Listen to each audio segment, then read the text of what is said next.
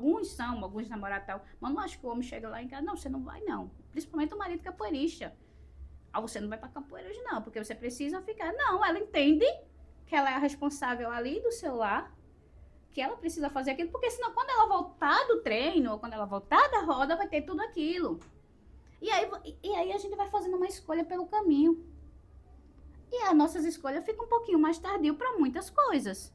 E uma delas é para o crescimento da capoeira. Porém, hoje, como profissionalismo, né? Porque eu posso dizer, eu vivo de capoeira, literalmente eu vivo de capoeira, eu dou aula, eu acordo e eu sou uma das poucas mulheres aqui em Maceió, né? Graças a Deus, e essas contramestras aí que o senhor traz, pelo menos 3 delas, vivem de capoeira, né? Todos os dias, vai para evento, são convidadas para evento, para ministrar palestras, oficinas, né? Aí pelo Brasil, graças a Deus, a gente já tá levando essa bagagem e vivemos de capoeira.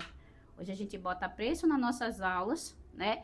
Hoje, eu retribuo sim a minha comunidade, porque eu devo a capoeira tudo que ela me deu, tudo que eu sou. A mulher fantástica que eu sou, não é pela gestão que eu tive nas faculdades. Foi a faculdade da vida, foi a faculdade da capoeira, foi as pessoas maravilhosas. E eu poder ser chamada, pense numa honra, professora, apresentar, professora, contramestra. Cara, que título! Né? Olha, essa aqui é a nossa educadora. Você viu aquela apresentação maravilhosa? Foi ela que fez. E aí, assim, cara, eu fiz algo diferente. Outra coisa que eu amo na capoeira é poder batizar. E aí, eu acho muito engraçado que eu escutei outro dia, mas só me chamam para batizar criança. Cara, que maravilha! Sabe por que maravilha? Eu tava sentada em uma roda e há muitos anos, assim, tipo, que eu não ia para uma roda aberta, e aí chegou uma menina maior do que eu, já deve ter uns 16 anos. E ela olhou para mim, eita, é a tia Pantera. E eu sentada aqui, né, chegou me assustou, eu digo, não lembro, minha cabeça, eu não lembro. Aí ela chegou para mim e disse, a senhora não lembra não de mim? Eu tava num cantinho quietinha, e a senhora me chamou porque achou que eu tava muito quietinha, eu disse que eu tava com medo, a senhora venha comigo e joga o seu jogo, que eu não vou chegar em você. E para mim é o maior orgulho de ver a quantidade de alunos que eu sou madrinha. E ele chegar, você me deu a minha primeira corda e foi tão bom que eu estava nervoso. E você chega para mim e fala, joga, solta teu jogo. Isso é tão gratificante. Muito mais gratificante do que eu batizar uma pessoa que já foi batizada. Porque batizado, para mim, a primeira graduação é você poder escolher o teu padrinho. E eu sou tão grata por ser escolhida, né? E muitos jogos que acontece muito isso é com o meu irmãozinho, o Mestre Bomba, todos os eventos dele ele chama. E aí, se for olhar, metade dos alunos dele, eu batizei. Porque todos eles, quem é que você quer? A tia Pantera, a tia Pantera, a tia Pantera. E aí, né? Outro, Mestre Marco Baiano, hoje tinha uns 70 alunos, eu acho que metade fui eu que batizei. É a tia Pantera que eu quero, é a tia Pantera que eu quero. Porque assim, é um privilégio para mim poder, no dia da festa, fazer com que brilhe, com que eles tenham vontade de jogar e não tenha medo de levar um estouro, porque eu não vou meter o pé em ninguém, porque eu sei que o professor já avaliou ele, não é o meu trabalho é fazer ele brilhar. Eu não vou fazer ninguém crescer em cima de mim, até porque a criança não pensa nisso. Que eu vejo, o cara vai crescer em cima de mim, vai querer... Não! Joga! Porque se eu não for capaz de sair de uma entrada de um aluno, de retornar... Quem tá reprovado é você. Quem tá reprovado sou eu. Eu nem entro. E aí eu escolho as minhas batalhas, eu escolho os meus jogos, eu escolho as minhas rodas. Eu não entro só porque tem que entrar. Não. E eu acho massa que eu nunca precisei que ninguém gritasse comigo, que eu já escutei pessoas. Entra, joga. E eu nunca precisei passar por essas humilhações. Quando eu cheguei no local que o meu professor foi fazer assim em mim pra fazer aquela abertura de galinha quando você comer aquilo, a borboleta que veio, pá, ei, tira a mão. Ele respeitou. Não é assim que funciona comigo, não. Isso tá errado. E ele escutou. E aí, eu sempre tive esses privilégios. E uma delas foi eu ter sido mulher de mestre, eu continuar sendo mulher de mestre. É importantíssimo você ter pessoas que lhe alavanquem. Eu sei o quanto eu sou maravilhosa dando aula de capoeira. Eu sei o quanto eu sou uma pedagoga maravilhosa e eu me sinto uma educadora social. Mas se eu sou o que eu sou, eu tive apoio de mestres. Mestre do Ceará, mestre bombeiro, mestre Cláudio e outros mestres que estão assim, ó, batendo palma pela minha formatura. E isso é maravilhoso, mestre. É verdade. Aqui na nossa entrevista de hoje com a contramestra Lica, nós tivemos a história de uma pessoa que começou no interior do estado de Alagoas, num local onde poucas pessoas sabem onde fica, né? No Alto Sertão, de Major Isidoro, que ela começou praticamente na Caapoeira, né? Que é o mato cortado, Isso. É o mato roçado. E de tudo isso que nós ouvimos hoje, contramestra, uma coisa que me deixou muito... marcou muito a sua fala, né? Da importância do mestre na nossa formação.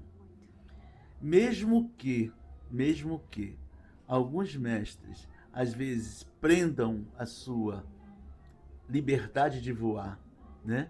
Porque, na verdade, a possessividade se dá até de um pai para uma filha que independente de ser capoeirista ou não. Né? Poucos pais querem ver a filha voar. Medo, né? Né? Medo de perder. Né? E aí, quando você falou da sua experiência com o mestre Jorge Ceará, né? Com a sua atual experiência com o mestre bombeiro, independentemente do jeito de ser de cada um, do entender da vida de cada um, que é diferente, evidentemente. O mestre Ceará é um cara que viajou muito, que veio do Ceará para cá, né?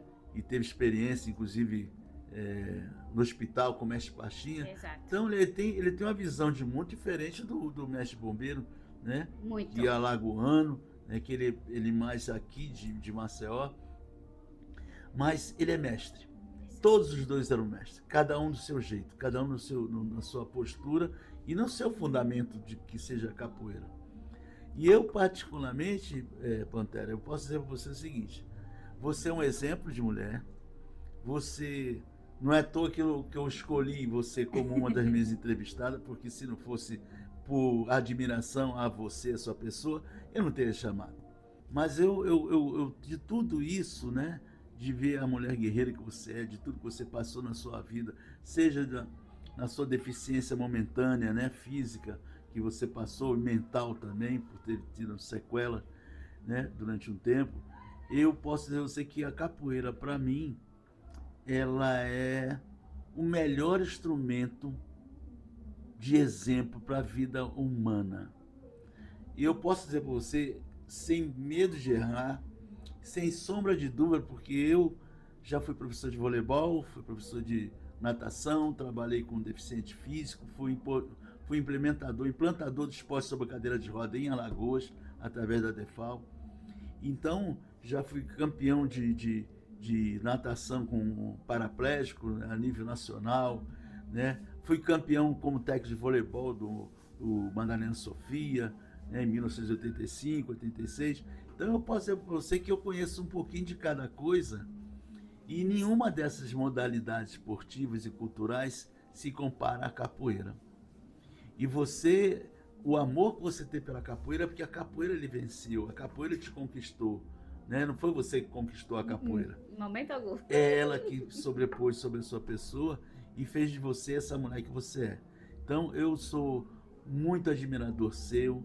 Eu estou ansioso para o dia 12 de dezembro, para a gente ver você com a sua cordinha na sua cintura de mestra, né, como reconhecimento. Para mim, todo aquele que recebe a primeira corda de mestre, é aí que ele começa a ser mestre com um título, né, com um diploma e com reconhecimento da sociedade. Entretanto, para você chegar até ali, você teve que ser uma mestra. Tem gente que eu sou de 1967, quando eu comecei a capoeira. Eu vi vários mestres dando aula na praça, e o cara passar de ônibus, vi um cara lá dando aula, assim, ó, aquele ali é mestre de capoeira. E o cara tinha um mês de capoeira. E o cara não era nada de capoeira. Na época, E eu posso citar até nomes, né, de amigos, meu bisavô de capoeira, o mestre Guedes, ele foi formado mestre pela sociedade, no Rio de Janeiro. Ele, mestre Mentirinha, mestre Nacional, mestre Touro, todos eles foram reconhecidos assim, ó. Não houve escola de formação para chegar a ser mestre, né? Eu questiono muito essa palavra mestre, quando você, se você disser, mestre, o que você acha que deve ser feito para formar um mestre? Eu não vou mentir para você. Eu acho o seguinte, pelo tempo que você vem na formação de capoeirista, né, você tem os estágios, aluno formado, terminou o estágio, monitor, né, estagiário, é o segundo estágio. Depois, professor, você se formou professor. A palavra professor está ligada a ensinar. Então, o mestre ensina ao professor. E o professor ensina ao aluno. Ambos são mestres. Então, a tendência que se tem de professor a mestre é o tempo de trabalho que você levou. Mas você está atuando como mestre. Sendo que quando você recebe a graduação de mestre, você começa a se apresentar com a carteirinha de mestre. Não é mais... Você não vai chegar para mim e dizer, olha, eu sou mestre porque eu fiz esse trabalho aqui, ó. Isso. Desde aluno formado até aqui, foram 10 anos, vamos supor. Né? 10 anos de professor a mestre. Eu tenho 10 anos de trabalho como mestra. Então, por que eu não vou levar o título de mestre? Aí, com você, a partir dali, você vai começar a ter o título de mestra, né? Que você já era antes de ser mestre. É por isso que as pessoas não aceitam muito esse negócio de dizer, você é contador, está sendo chamado de mestre. É porque você é mestre. O mestre de alguma coisa, um torneiro mecânico é um mestre. Um construtor de uma obra é um mestre. É porque ele trabalha na mestria da construção de alguma coisa. Então a capoeira não é diferente. O mestre é aquele que ensina. E se eu ensinei desde 20 anos atrás, porque só hoje, porque você me deu uma corda, me deu um diploma, um certificado, que eu vou passar a ser mestre. Mas se é assim, o fundamento de certas escolas, que sejamos seguidores da ideia do passado. Eu sei que no passado os mestres não tiveram esse tempo para ser chamado de mestre. Eles foram chamados de mestre porque viram ele ensinar uma meia-lua de frente para alguém num bairro da periferia e ele passou a ser chamado de mestre. Tá ali com o mestre.